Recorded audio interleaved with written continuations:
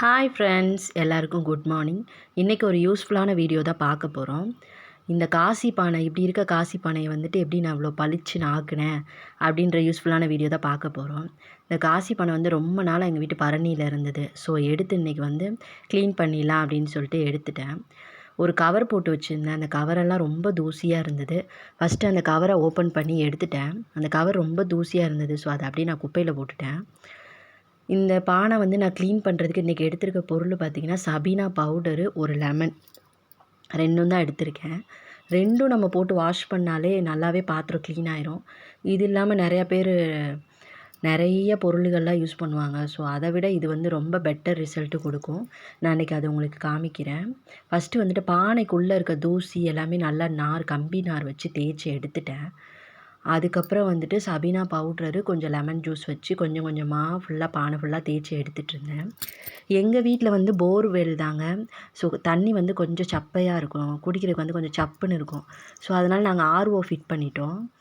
RO fit பண்ணால் ஆர்ஓலேருந்து நாங்கள் water பாட்டிலில் வந்து தண்ணி பிடிச்சி தான் யூஸ் பண்ணுவோம். யாராவது கெஸ்ட்டு வந்தால் கூட செம்பில் வந்து தண்ணி பிடிச்சிட்டே நின்றுக்கிட்டே இருக்க மாதிரி இருக்குது ஆர்ஓவில்.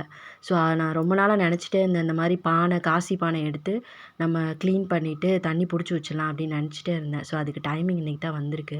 பானையெல்லாம் நல்லா சபீனா பவுட்ரும் லெமனும் வந்து வச்சு ஃபுல்லாக தேய்ச்சிட்டு க்ளீன் பண்ணதுக்கப்புறம் பாருங்கள் பானை எவ்வளோ பளிச்சுன்னு வந்துருச்சுன்னு. ஸோ பானை ஃபஸ்ட்டு உள்ளே நல்லா க்ளீன் பண்ணிவிட்டு, அதுக்கப்புறம் வெளியில் என்னால் முடிஞ்ச அளவு தேய்ச்சிருக்கேன். தேய்ச்சிட்டு நல்லா க்ளீன் பண்ணிவிட்டு ஃபுல்லாகவே க்ளீன் பண்ணிவிட்டு, அதுக்கப்புறம் சிங்கெல்லாம் கொஞ்சம் வந்து தெறிச்சிருச்சு அந்த சோப்பு தண்ணி எல்லாமே.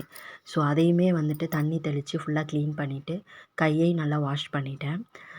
அதுக்கப்புறம் எல்லாமே வாஷ் பண்ணதுக்கப்புறம் பார்த்தீங்கன்னா, பானை வந்து ரொம்பவே நல்லாவே க்ளீனாக இருந்தது, பளிச்சுன்னு ஆயிடுச்சு. என்னோடய ஹஸ்பண்ட்லாம் வந்து கேட்டாங்க, எப்படி இவ்வளோ பளிச்சுன்னு ஆக்கிட்ட அப்படின்னு சொல்லிட்டு.